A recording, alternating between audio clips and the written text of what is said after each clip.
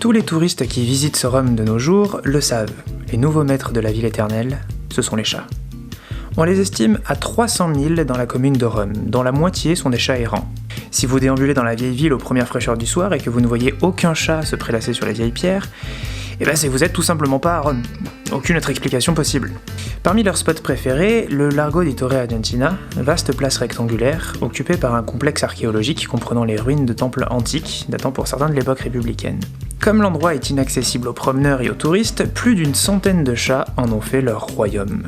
Soignés, nourris et stérilisés par une association bénévole, ces chats sont encore plus appréciés des appareils photos que les monuments au sein desquels ils ont élu domicile. Protégés par décret municipal et reconnus comme patrimoine de la ville, les chats sont devenus des stars iconiques de Rome. Il n'en a pourtant pas toujours été ainsi. Très important en Égypte, le chat ne profite pas du même amour en Europe antique. Les chats sauvages des forêts européennes, réputés féroces et dangereux, sont laissés dans leurs forêts. Et pour chasser les rongeurs, Grecs et Romains utilisent plus souvent des fouines ou des belettes que des chats. Pourtant, le Felis libica, le chat africain domestiqué en Égypte et au Levant, va sans doute traverser la Méditerranée assez tôt, puisqu'on le trouve représenté en Grèce et en Italie dès le 5e siècle avant Jésus-Christ. Bien qu'on l'apprécie dans certains milieux pour chasser les taupes, les scorpions, les souris, ou pour sa simple compagnie, il n'est sans doute pas très courant dans les foyers, et reste associé à un bestiaire semi-exotique et semi-sauvage. Et c'est peut-être ce qui le rend alors le plus intéressant. En effet, après la mort d'Alexandre le Grand à la fin du IVe siècle avant notre ère, s'ouvre l'époque qu'on appelle hellénistique, qui importe dans le monde gréco-romain un grand intérêt pour les anciennes conquêtes d'Alexandre.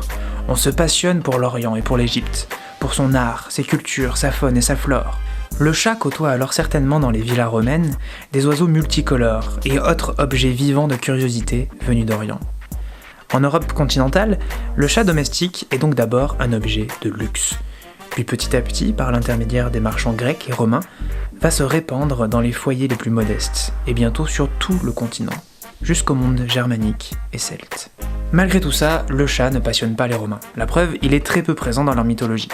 Les rares fois où il est associé à une divinité, c'est à Diane, Artémis pour les Grecs, à qui on va trouver quelques points communs avec la déesse Bastet des Égyptiens. Déesse farouche, indépendante, chasseresse solitaire, on comprend vite les atomes crochus que Diane Artémis peut avoir avec l'animal. Dans une légende racontée notamment par le romain Ovide dans les Métamorphoses, le titan Typhon attaque l'Olympe pour anéantir Jupiter, dans le but de prendre sa place, de tuer ou d'asservir les autres dieux et de régner sur l'univers. La plupart des dieux de l'Olympe, paniqués, prennent alors courageusement la fuite pour aller se planquer loin en Égypte où ils se transformeront en animaux pour ne pas que Typhon les retrouve. Si Jupiter choisit de prendre la forme d'un bélier, Héra va se transformer en vache, Bacchus en bouc, Mercure en ibis, et Diane Artémis, elle, choisira de se changer en chatte.